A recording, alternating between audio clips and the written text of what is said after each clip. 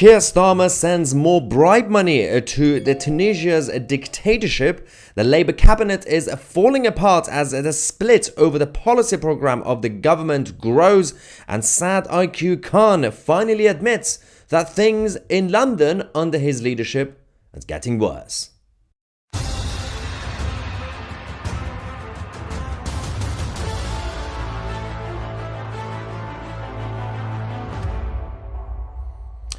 Hello everybody, welcome to 2CTV, your global news channel.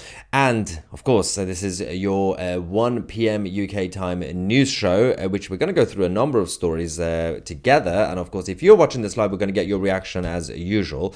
There's a few things to discuss, corruption, and of course, the lack of media attention on this and scrutiny. The Foreign Secretary David Lammy is going to Tunisia, ladies and gentlemen. Now, this is to discuss what the Labour government and the mainstream media call irregular migration. You can't say illegal anymore, you have to say irregular. Actually, it's completely incorrect to say irregular migration because it is extremely regular migration. When it comes to illegal immigration, it's extremely regular. There's nothing irregular about it. So they're sending more money to Tunisia. Lovely, right? I'm going to explain what they're doing with that money, which is, by the way, is your money. If you're watching this from Britain, it's your tax money.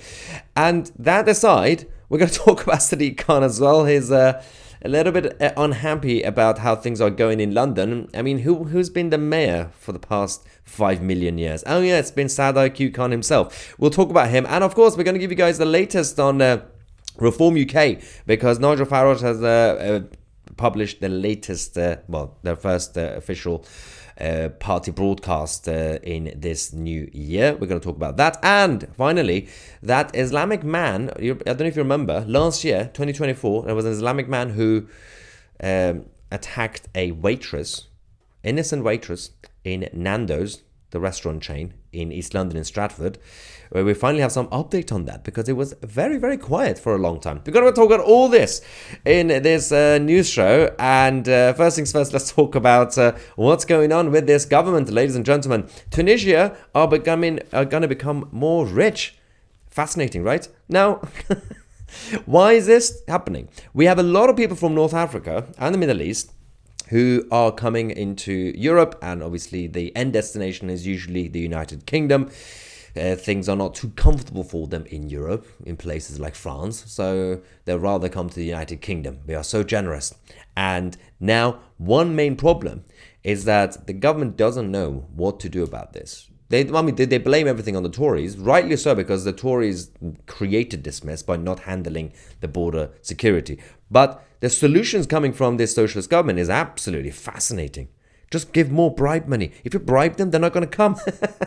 The money is not even going to the actual immigrants, it's going to the dictatorship in Tunisia. So David Lammy is having a meeting with the Tunisian government, and one interesting fact about this is that they think if they give money to build schools and help the teachers in Tunisia, then what's going to happen is people are going to say, oh, I actually have a good school now, so I'm not going to leave Tunisia. I'm not going to go to the UK with the free hotels and free pizza from the government and everything else that we get. Let's see what the announcement is. This is the official announcement from this government. The UK government has announced up to £5 million of extra funding for education programs for potential migrants in Tunisia. And by the way, this program that we have in the name of foreign aid is not just Tunisia. We're doing it everywhere. There are a number of third world countries that we're just giving out our money. The money goes to the dictators, and we just hope that they spend it on normal people so that the normal people don't end up coming to the UK. None of this makes any sense. This has been tried for decades. It fails. Stop foreign aid. Just put a stop to it. Stop giving out money to dictatorships, and especially the rich dictatorships like China. Stop giving money to them. The money doesn't go to ordinary people. Now, part of the announcement, the UK has also announced up to £1 million of funding to the International Organization for Migration's Assisted Voluntary Returns and Reintegration. That's very long, short for AVRR program. to support transiting migrants who have no legal rights to be in Tunisia and to return and reintegrate them to their home country. Oh, wow. So we are spending more money to help Tunisia dealing with their own people. I mean, by the way, £5 million here, £5 million there. When you do the currency exchange in all these third world countries, it's huge money that they're going to be using for their own dictatorships. Why do we have to fund the dictatorship in Tunisia? We have our own problems here. The problems that I'm going to get to in a second, because Sadiq Khan, the mayor of London, has admitted we can't really do anything about our own problems because we don't have money. But we have money for other people, but not for Britannia. Going back to this, David Lammy, Foreign Secretary, has come out to say, through working with countries like Tunisia, we are addressing the root causes of irregular migration and delivering on our plan for change. I'm tired of this. By improving people's living standards in their home country, they are less likely to make a journey to the UK and, of course, help the criminal gangs. The support I am announcing today alongside the UK technology, such as drones and night vision goggles, will save lives, bring down migration levels, and help us bear down on those responsible for smuggling migrants. Are you kidding me? It's basically like saying the fight against the people smugglers, the gangs.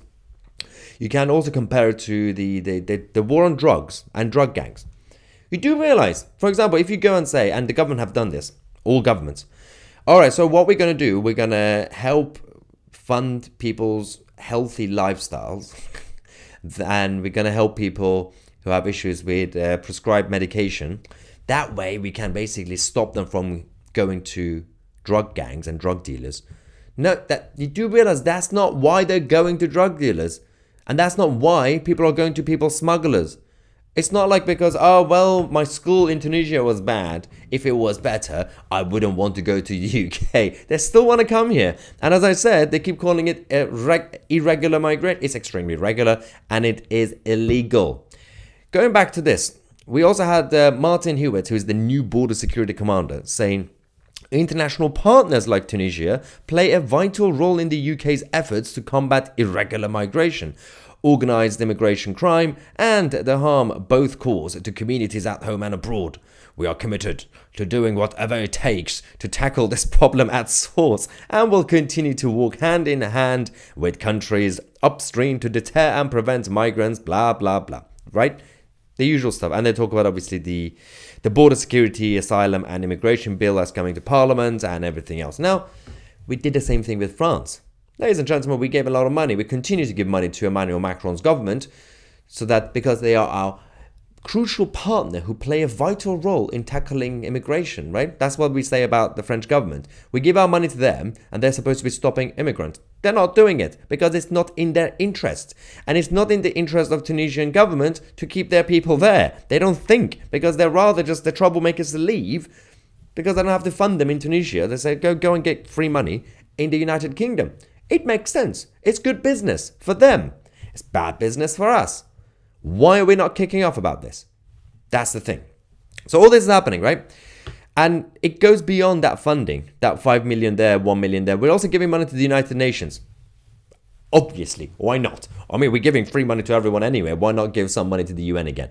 So the idea is there will be also up to £1 million for the voluntary schemes. And another on top of that, the regular spending to the United Nations will also go up. And the idea is that if the United Nations is happy in Tunisia, then they will be helping us. It's bribery. You are bribing the dictators. You are bribing the United Nations. The UN should just do their job anyway. I mean, if they exist to do a job, which they don't, because it's just a front for corruption. Why do we have to keep them happy to tackle illegal immigration? Not irregular, illegal, regular immigration. That's going on. Now, the government, this government, are getting completely crazy because they can't even control their own people. Ed Miliband, the Prince of Net Zero and the Minister in charge of Net Zero, is a little bit unhappy with Starmer and Rachel Reeves. The split inside the cabinet is growing There is no unity inside the Labour Party or the Labour government in general. Why? Because of the policy programme. That somehow they didn't discuss it before the election properly, because Starmer and Reeves were having secret meetings at the top of the Labour Party. They didn't tell anybody else. And now they're expanding the Heathrow airport with the third runway. And Ed Miliband obviously is not happy, so he might actually resign, even though he's saying, yeah, I'm not thinking about resignations yet.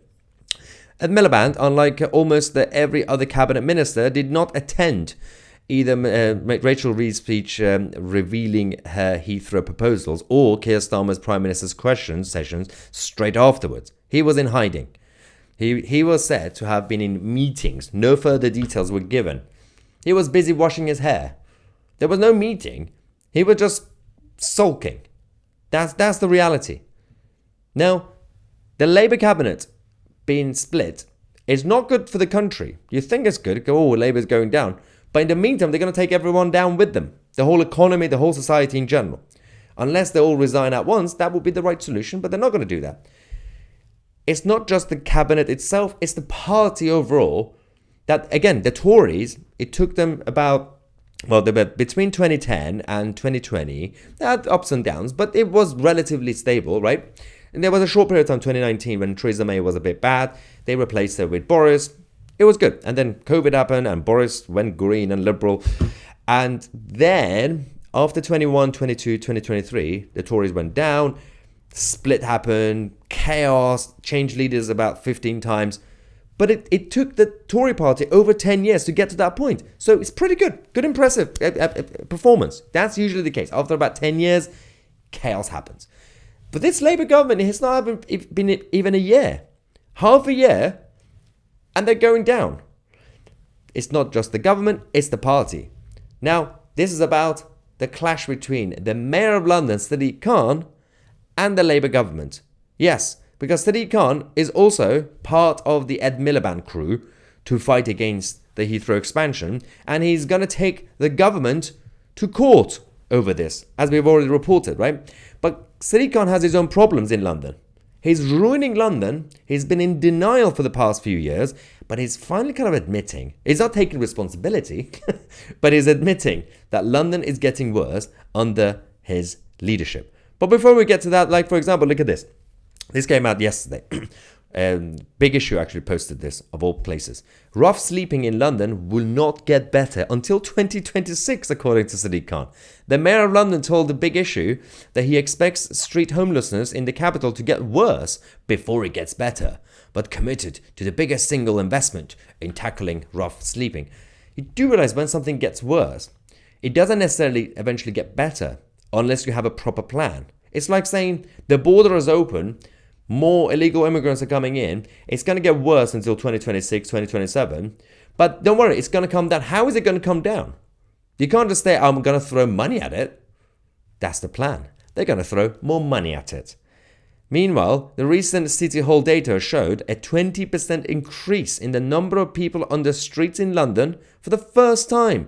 20% increase on top of everything we already have. But Sadiq Khan insisted that his latest £10 million funding package will keep the mayor on track to hit his 2030 target. What is the 2030 target? Make the homeless people not own anything but be happy instead? None of this makes any sense. Meanwhile, he's going around trying to steal more of the people's money in London and Greater London in general, but people are revolting. People are not paying their taxes, and it's absolutely hilarious right now. So this goes back to the congestion charge and the Ulez, the ultra low emission zone fines in the name of net zero, right?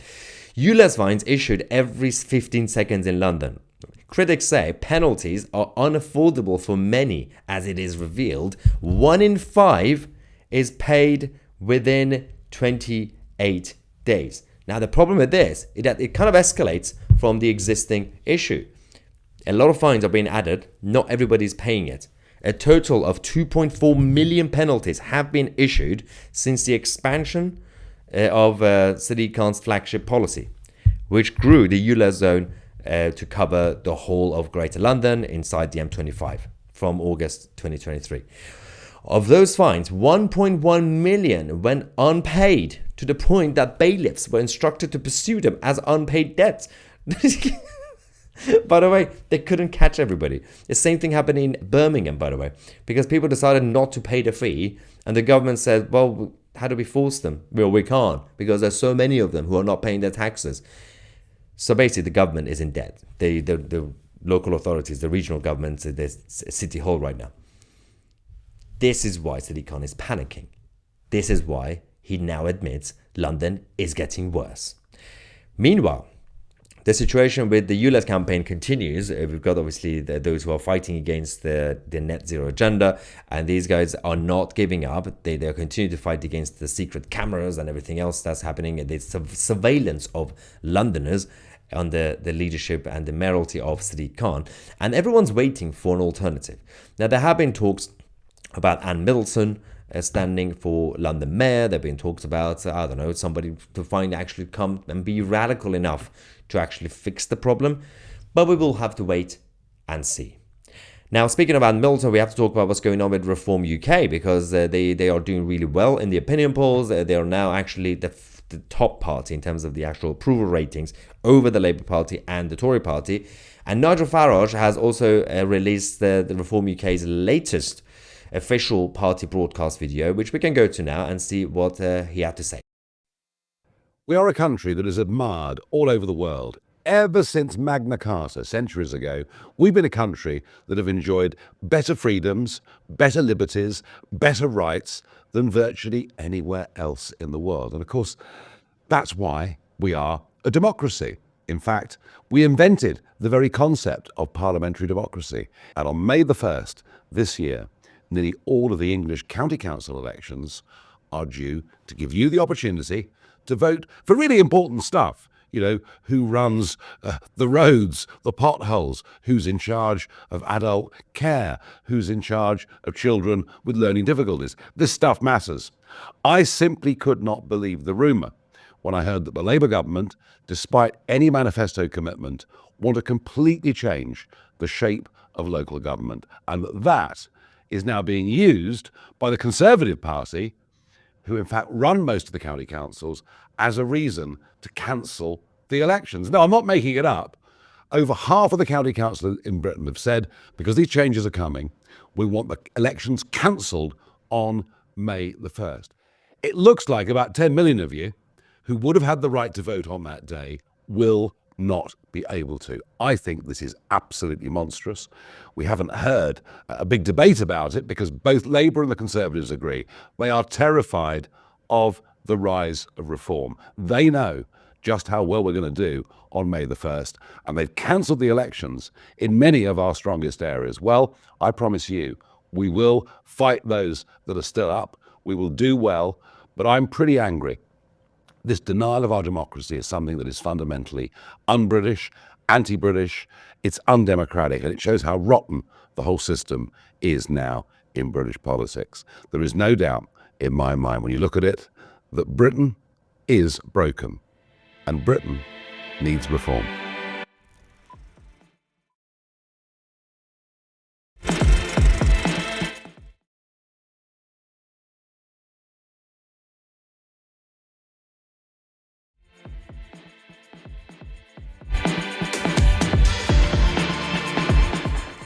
Yeah, lack of sound was because of copyright. Okay, can I just ask political parties watching this, can you start using royalty-free music? Like, because we can't show you, we can't use your actual footage because you keep stealing other people's music. Stop doing it. They all do it, by the way. Tories, Labour, Reform, everyone. Just do your own music. Be creative. Come on. If you want the rest of the broadcast to be published. Anyway, so that's happening. Meanwhile, if you remember, last year in 2024, there was an incident in East London, in Stratford, where there was an Islamic family having dinner or lunch at Nando's, the restaurant chain in Stratford. And out of context, the father of the family, the Islamic man, angry beardy, decided to slap a waitress because he wasn't happy with her, right? And that incident went viral because the CCTV footage was released. We talked about it, then we forced the mainstream media to talk about it. even the girl, the waitress, made a video about it. We thought that the government would do something, the authorities, the Metropolitan Police would do something. Somehow, the exact opposite happened, right? Because you might be wondering why we're talking about this. Because essentially, what happened afterwards was that there was no update. He wasn't arrested. He wasn't investigated. As a reminder, watch the...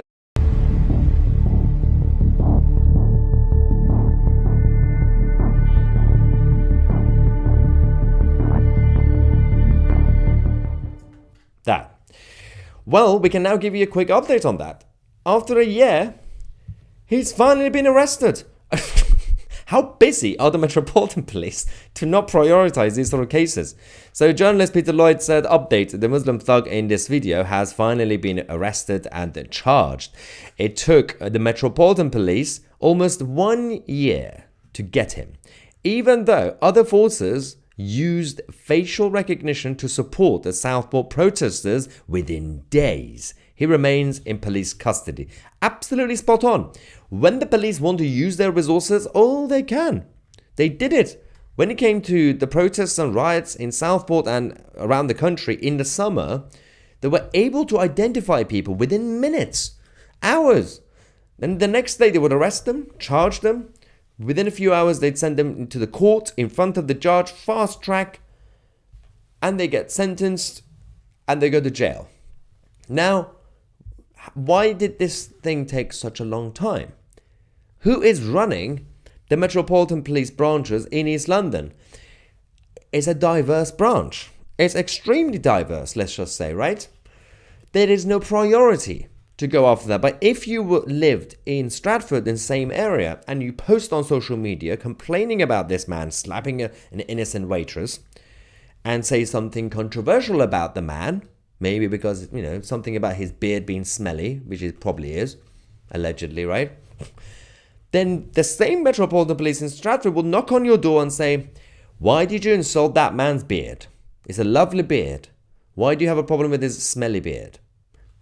But they wouldn't do it. Now, as a reminder, that was the latest headline. Stratford Nando's waitress slapped by customer with plate as the Met Police admits being slow to help. That was on the 22nd of August 2024, the latest one. And then following that, the waitress, the Nando's Stratford viral attack video, the waitress Zahra slams the Met Police. This is on the 30th of August 2024. As a bit of a reminder again, because she felt let down, rightly so. She pays her taxes to get the police to support her. Didn't. She posted this. So for those of you that don't know, I was the girl that got assaulted in the viral video going around that happened in Nando's. I want to say what's more concerning than the man's behaviour was the failure of the Metropolitan Police and their conduct. I was grossly let down by them. I remembered that the police were in the restaurant, so there were two officers present, a male and a female officer. I first go to the female officer and I said, this man's hit me on the head with a plate. Didn't seem bothered. She said, go speak to my colleague. I go to him and I say, this man's assaulted me, he's hit me on the head with a plate. He said, okay, and he takes the guy outside. So I can see from the CCTV screens that the police let the guy go. He let him wander off without taking any of his details. Yeah. Embarrassing. Absolutely embarrassing. But good news is, apparently he's now been arrested and is in police custody. Yay! It's the small victories in the UK. We get excited and we celebrate when something tiny happens, which should be common sense anyway. All right. It's time. It's time, ladies and gentlemen, to get your reaction. That's first super chats and then, of course, the others as well. Ivan, thank you very much saying it. Oh, this is about, obviously, the super chats are from the beginning of the show. Tunisia. It's money laundering, in my opinion. It's also just, at best, it's just bribery. It's to keep the so-called world order happy, because it's the big club with the United Nations and everybody else around them, the IMF. They have to keep each other happy, and that's the point. The money needs to go around. It's legalized money laundering, not in a criminal sense, not in an old school criminal sense, but it is basically criminal. It's morally criminal. Ivan also says that I've seen Labour is signing up to ECHR for life. Yep. Not surprised. Stu says government's offices have strawberry flavored windows. Is that a thing? What? I haven't heard about it. Is it a joke or is it a thing? Can someone confirm? Because, I mean, of all the waste that we keep hearing from the government, this is quite funny. It's bad, but it's funny. Why strawberry?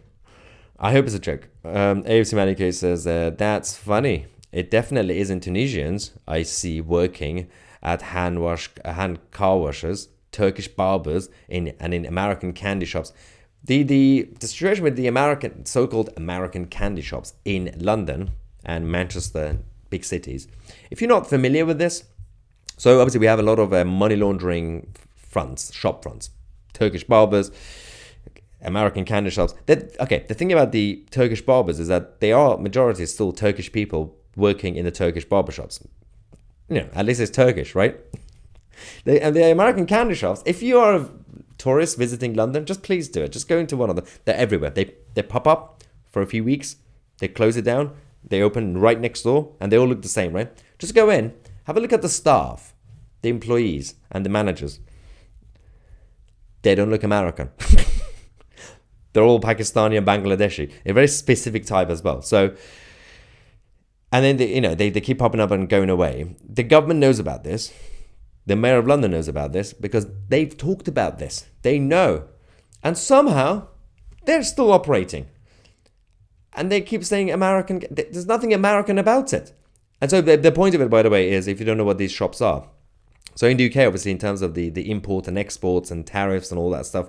So there are some products that if you import them from the US, for example, even like chocolates and things like that, then obviously there's more tax on it. So you can buy them more expensive because there's tax on it from these shops. So I don't know, for example, Haribo or M&M's, you get the basic versions in normal shops, like 2 or 3 different versions. But you can go to these American shops and you get like 20 different variety of like M&M's and different flavors, different colors.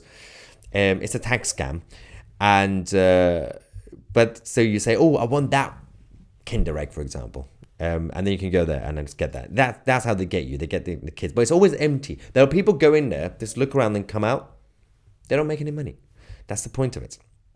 Anyway, so that's AFC Man UK.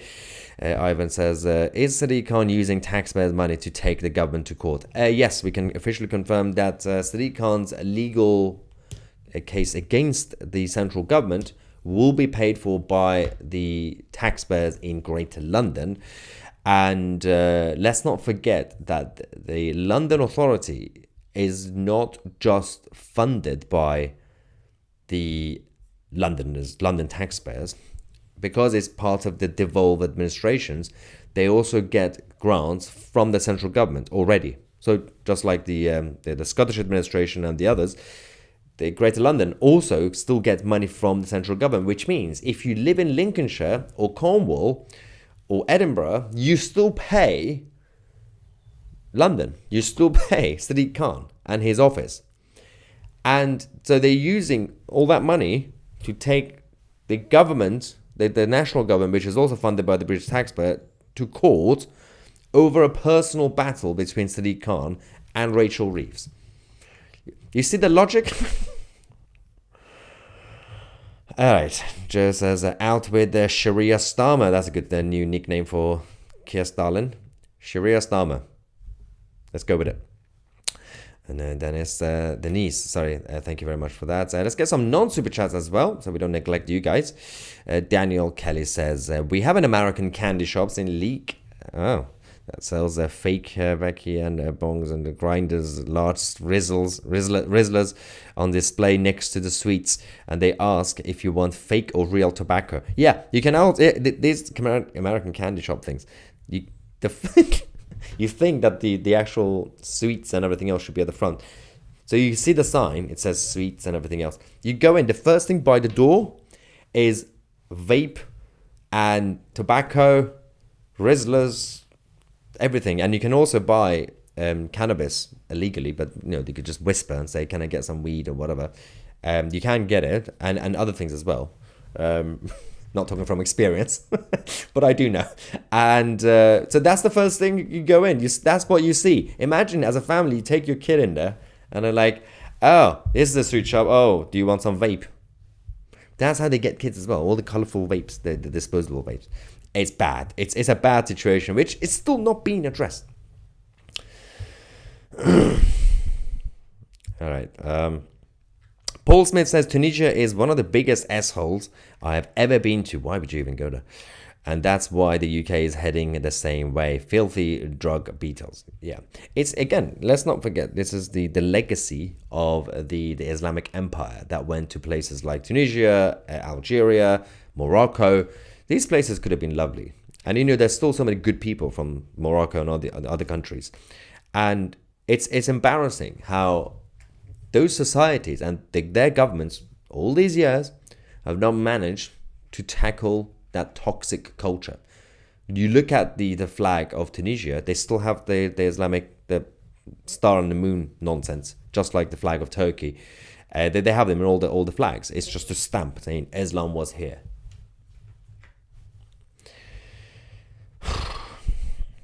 Sue Jackson says, we have a small town, 4 mini markets, a Euroshop and 5 barbershops. Why do you have 5? We know why. Sell vapes, fake coffee, cigarettes, and they are always empty. I wonder why. There are so many barbershops. Because I go to a good local, but it's a kind of the combination of the guys who are there, English and Greek. I love the Greek. Greek are brilliant. The English and Greek there, and they've been here in my local area for like 30, 40 years, the barbershop. And yeah, we always talk about the surrounding areas where, like on the high street and then the main areas in the town, you have like 10 so-called Turkish barbershops just popping up and in and out every 2 seconds. Also, I do have a fun story for you guys. Obviously, since I left central London and where I am now, obviously I had to find a new barbershop for myself. So first week, I found this like small local one. I went out, okay, let's just try it. And they looked, I don't know, Arabic. And I was like, okay, so that's going to be interesting. I didn't say anything. I just sat down. And the guy started talking. And he said, I don't know, he came up and I said, oh, cool. So I think he asked me where I'm from. I said, you know, originally I was in my background as Iranian, but I'm from London. And then I said, so where are you from? He said, Palestine. I was like, okay, this is going to be fun. He had the razor right here. He didn't recognize me, luckily. But I said, so Palestine. So whereabouts? And he named a place in Jordan, which basically sums up the majority of Palestinians. When they say they're Palestinians, that means they're usually from Egypt or Jordan or sometimes Lebanon. And the funny thing about this was that he then said, oh, you're from Iran. Do you like the Iranian government? I was like, oh, that's a trick question. I can't say yes, because firstly, that would be a lie. And secondly, I can't lie to myself. Secondly, I don't know, he might find out.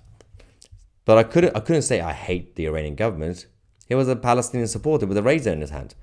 So I said, you know, diplomatic, sometimes they do some good things, sometimes, I disagree. Luckily, I survived, came back out, never went back in, just in case, Someone just said, you shouldn't disclose too much info about where you might be, Maya. Well, that's why I didn't. That's why I didn't say where I am. But yeah, I don't think this will be the only Palestinian barbershop in the UK. I don't think people are going to find out where I was. But yeah, I survived that one and I didn't go back in. It was a close call, guys. It was a close call. I survived. Anyway, ladies and gentlemen, this was your 1 p.m. UK time. 1 p.m. UK time news show. You guys know, obviously, we got the 10 a.m. UK time news show with Dan Grant from British Stand. We got the 1 p.m. UK time news show. But we have from today, obviously, the schedule is the same, but from today, the 7 p.m. UK time is going to be on new podcast. We're going to have a more discussion, sort of like this, actually. So it's going to be more of a podcast format, the 7 p.m. UK time, discussing a number of issues. And hopefully from tonight onwards, 9 p.m. also, we have a non-live. It's a video. It's more of a deep dive into certain issues that happens on a regular basis. That's the actual schedule is Monday to Friday. Saturday and Sunday is rogue. Whatever happens. Anyway, and if tomorrow, if you're in the UK, come to Waterloo Station at midday and join us for our protest to fight for the rights of political prisoners and Tommy Robinson. I'm Maya Tusi, and we are the media.